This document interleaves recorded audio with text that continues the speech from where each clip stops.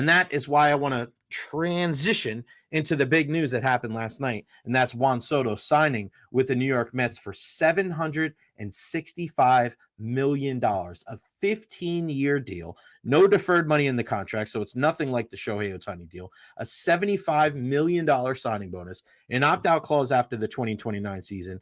The Mets can void it by raising the average annual value of the final 10 years from 51 to 55 million, bringing the total contract possibly to 15 years and $805 million. And all you see today is Met fans losing their mind at how happy they are that they got Juan Soto. Good for you. But for all those people out there that think that this is like the changing of the times, this is the turning of the tide, now that they're going to be the big brothers and the big apple now, not going to happen. You know why? Because you're celebrating like this in December. The World Series isn't played in December. And go look at their starting rotation. Kodai Senga, banged up last year. I like David Peterson, but who's after them? Oh, they just signed Frankie Montas. Yeah, go look at what his record was last year. That guy flamed out with the Yankees. You think he's going to do better with the Mets? Okay. You want to talk about being strong up the middle? I love Francisco Lindor. Who's their center fielder? Remains to be seen.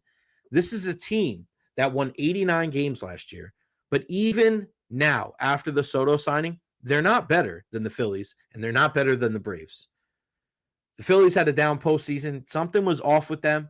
But you look at the way that they've constructed their team, strong up the middle with a lot of good young talent and two studs at the top of the rotation with Zach Wheeler and Aaron Nola. The Mets can't go toe-to-toe with them in the starting rotation. How about the Atlanta Braves? Spencer Strider lost for the year. He should be back. Oh, yeah, they lost Ronald Acuna Jr. too. They'll be back as well. And they have a lot of their young talent already tied up. And for all this talk about Juan Soto, and people have asked me, if you had one guy at the plate with the game on the line, who would you want? And for me, it would be Juan Soto. I love his plate discipline. I love his approach. I love that at times he looks for power. Other times he looks to put the ball in play. But when you pay a guy $765 million, he has to be better than just a really, really good hitter. I posted the video a little while ago on my Twitter /X @JRecher. Go check it out. Defensively, not great. And you think it's going to get better with a bigger outfield and right field at Citi Field rather than the little bandbox that he was dealing with at Yankee Stadium? Good luck with that. He already made a terrible play. Go look at the video and listen to Keith Hernandez, one of the all-time great Mets, speak about Juan Soto. You think he's going to play right field at Citi Field? Okay. Look at his stats. They're better in right than they are in left. They think it's going to be easier for him in left than it is in right. He's not good. It may be easier as far as playing in that stadium, but defensively, woof. I don't see it lasting long for him being in the outfield. He eventually is going to be a designated hitter. So think about that.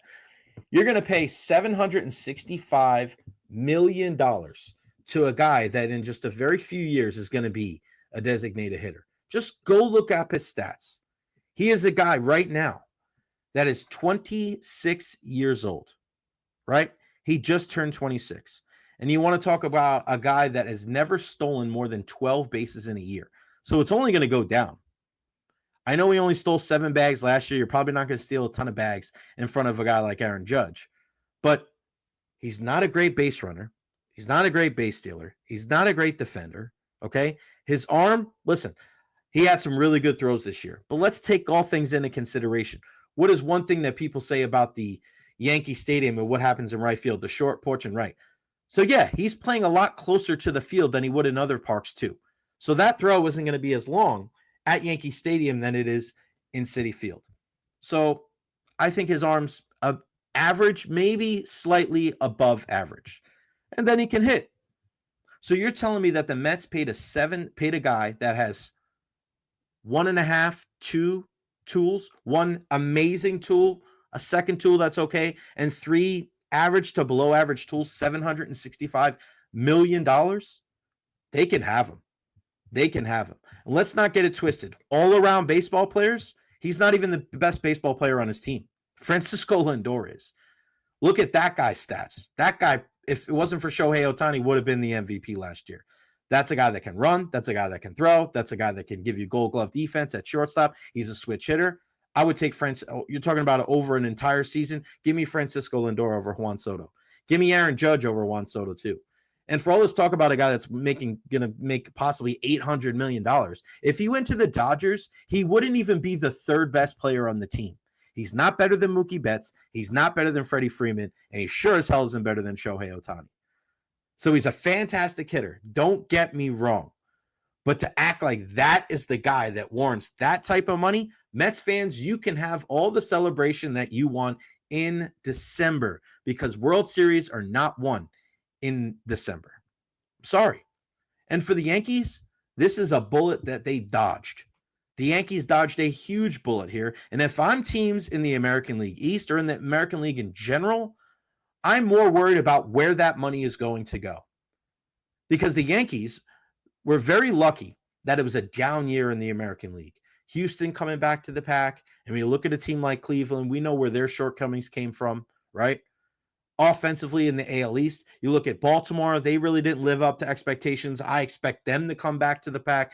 Toronto was down. The Red Sox were down. We know the Rays were down, but we know the Rays pitching is going to come back up. So that was really a tailor-made season for them to make it to the World Series. But we saw in the series against the LA Dodgers that they were exposed. Guys playing out of positions, players not doing the little things. And Aaron Judge struggling early on in the World Series, did much better at the end.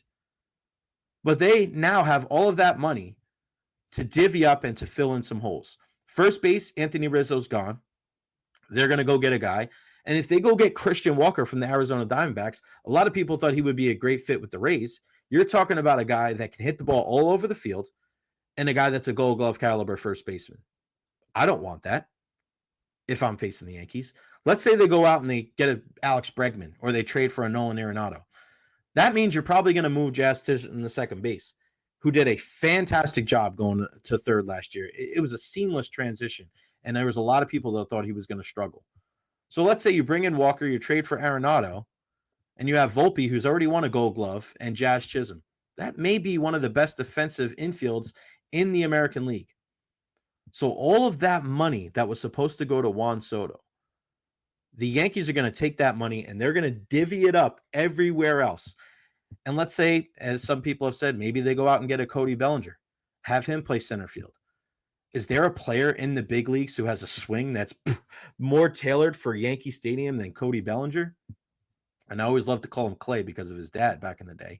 And you know they're going to get a pitcher to go behind a Cy Young winner in Garrett Cole and Louis Seal. They're going to fortify that bullpen. Maybe they'll go get a Tanner Scott.